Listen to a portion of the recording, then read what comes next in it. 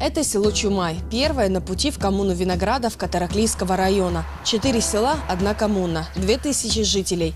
Это не место для тех, кто ищет развитую инфраструктуру, широкий выбор услуг и развлечений, а также рабочие места с высоким заработком. Зато здесь есть то, чего во многих населенных пунктах Молдовы редко можно отыскать. Единодушие жителей, органов местной власти и тех, кто давно здесь не живет. Желание сделать свою жизнь, условия лучше, все вместе. Такой опыт сотрудничества и взаимопомощи в развитии инфраструктуры здесь устоялся давно. Был отремонтирован лицей, детский сад, реабилитационный центр, мини-футбольное поле и многое другое. Все это создается при помощи местных жителей, органов власти, иностранных доноров и мигрантов, которые как могут помогают. Только год назад такое сотрудничество было решено оформить официально, создав ассоциацию «Земляки Чумая». Мы базу данных создавали, мы собрались инициативная группа, которая была у истоков создания этой ассоциации, и пошли из дома в дом по людям. В инициативную группу вошли работники культуры, заведующие библиотек, заведующие клубов, работники детского сада, школы, профессионального училища. И все нам помогали. Контингент самый широкий, от молодежи до пожилых людей, скажем так, которые давно уехали из территории коммуны. Спектр деятельности этих людей тоже очень широкий. Это, если молодежь, это просто кто уезжает заработать, он мигрирующий, возвращается периодически. Есть люди, которые уехали на постоянное место жительства, начиная от Канады и заканчивая Дальним Востоком. Это и Находка, это и Владивосток. Очень широкая географическая территория, практически вся планета. Один из первых проектов, который реализовывался вместе с процессом создания ассоциации – ремонт бывшего дома быта. Примария работала с польским фондом «Солидарити», который выделил почти 500 000 леев на ремонт. Остальные 40% – вклад местного сообщества. Жители, чем могли, помогали. Как раз период лета, когда был активный этап внедрения проекта, наши земляки приезжали в отпуска. Они посещали этот объект, который только был в стадии ремонта. И уже тогда предлагали свою помощь. У нас был земляк Великсар. Он и есть, вернее, земляк Великсар Сергей, который приехал, посмотрел, удивился, был очень обрадован, потому что его отец когда-то работал в этом центре, и мы его привлекли в виде ментора для обучения человека по пошиву и ремонту обуви. И Великсар, этот Сергей, земляк, сын этого, скажем так, мастера по ремонту обуви, передал Дом быта оборудование. Старое нежилое здание за полгода при помощи жителей превратилось в новый центр бытовых услуг «Забота», который смог предоставить как минимум 4 рабочих места и, более того, помог реализовать потенциал людей. До открытия Дом быта я работала вообще в садике поваром, но по профессии я швея. Училась я в Луканеждах, эта работа мне очень нравится. Шила я дома, но дома очень было неудобно, маленькая комната, дети мешали, люди приходят, у всех есть свои потребности, но мы стараемся всем угодить. И дай Бог, чтобы все было у нас хорошо, и чтобы было много посетителей и хорошего, и много заказов. Да. 3 мая Татьяна Дмитриевна нас всех позвала и сказала, что так и так хотим отреставрировать Дом быта и предоставлять это разного вида услуги.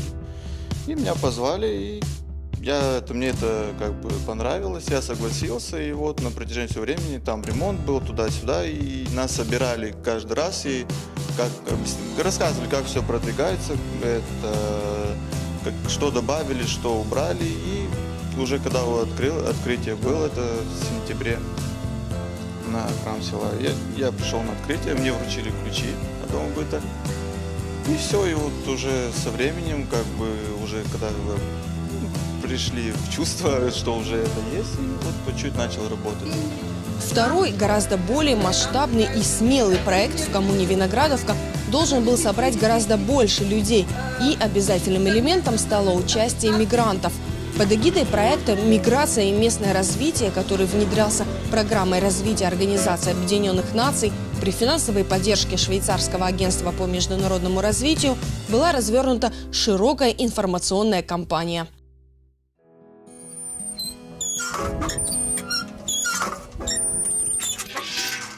Ну что, Женя, есть вода? Нет, Дмитрий, здесь нету воды. Нету, да? Ну тогда пойдем до Кирсана, может, там будет.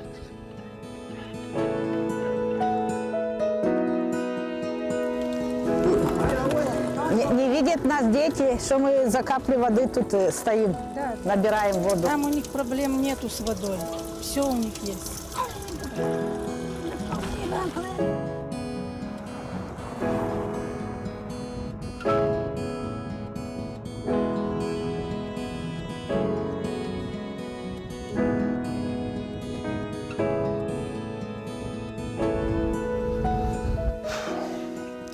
Воды нет.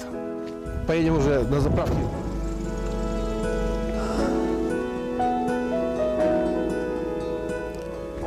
И этот родник заброшен, этот родник не ухожен, вода в нем не идет. Но виноват не родник, что он сегодня не имеет воды. Виноваты мы люди, что не ухаживаем за ними. Но мы в нашей коммуне уже мобилизировались и хотим их восстановить. Мы вовлекаем сейчас мигрантов в разные мероприятия. Вместе с ними мы стали их информировать о том, что происходит на местном уровне. Мы просим у них консультацию, чтобы они нам рассказывали, как лучше, как это делается за рубежом и какие есть возможности, чтобы мы улучшили местные услуги для населения. Первая акция по сбору средств для возобновления работы родников, их реставрации была организована по принципу «Мы не сидим сложа руки в ожидании помощи». Жители коммуны организовали ярмарку, от которой все вырученные средства пошли в открытую для родников копилку. Меня зовут Оля, я с села Кирилловки. Мы испекли сегодня булочки с шоколадом, слоенки, бисквиты, рулетный бисквит, печенье. И мы приняли участие, потому что вода для нас это все. И так как нам объявили конкурс, мы решили от этого не отказываться и решили принять участие. Нас было человек 6-7. Как вообще настроение сегодня? Настроение хорошее, только немного боязно. Не знаю, как-то мы переживаем, что все получилось у нас. Принимали участие все, у нас девочки, бухгалтера и технички все. Мы сегодня все утром все напекли, сделали. Отличное настроение, все хорошо, день сегодня красивый, прекрасно. Если все получится, как мы запланировали, может быть, и будет вода у людей, потому что без воды никуда, водичка должна быть. Я думаю, что это очень хорошая акция, потому что действительно родники заброшены.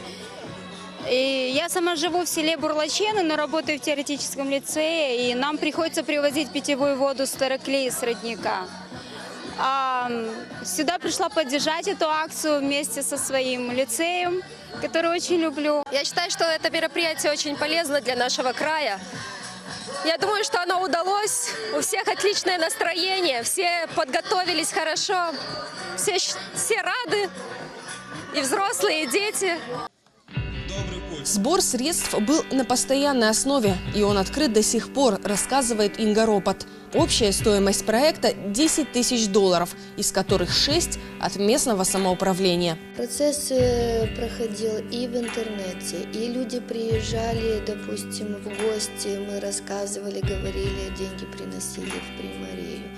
Любое мероприятие, говорю, даже на День диаспоры тоже, кто каким-то образом вдруг не услышал, что есть такая кампания, когда был День диаспоры 2017 года. Естественно, что мы опять озвучили, что мы дали старт этому проекту. И еще какие-то средства сели на счет. Ну, процесс постоянно двигается, потому что люди приезжают, узнают, вкладывают, кто-то советом, кто-то финансово, кто-то хотя бы рассказать кому-то еще об этом процессе. Ну, вот так мы двигаемся. Остальные $4000 необходимо собрать ассоциации.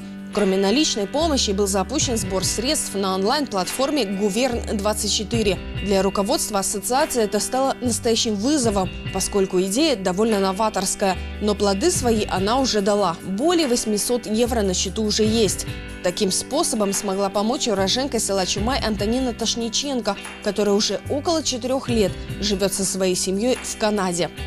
Наша родина – это Чумай. Я там и родилась, и выросла, и закончила детский сад, школу закончила.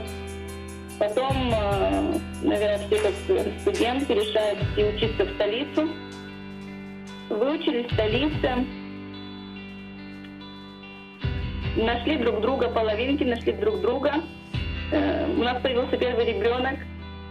И спустя 3 года мы решили, что нужно для будущего семьи, для будущего ребенка эмигрировать в другую страну. Расскажите, как вы узнали о деятельности коммуны? То есть они постоянно чем-то занимаются, какие-то новые проекты, что-то придумывают, чтобы как-то улучшить жизнь людей, которые остались там. А скажите, как вы узнали об этом? Наверное, из социальных сетей, потому что мне всегда очень приятно видеть, когда Татьяна Мисина вылаживает видео о своей работе, фотографии.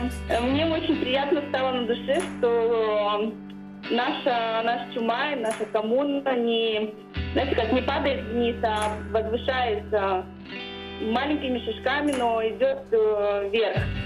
Там работа, там жители помогут, там вместе, совместными усилиями все идет по плану, все идет вверх. И как вы решили принять участие в жизни коммуны?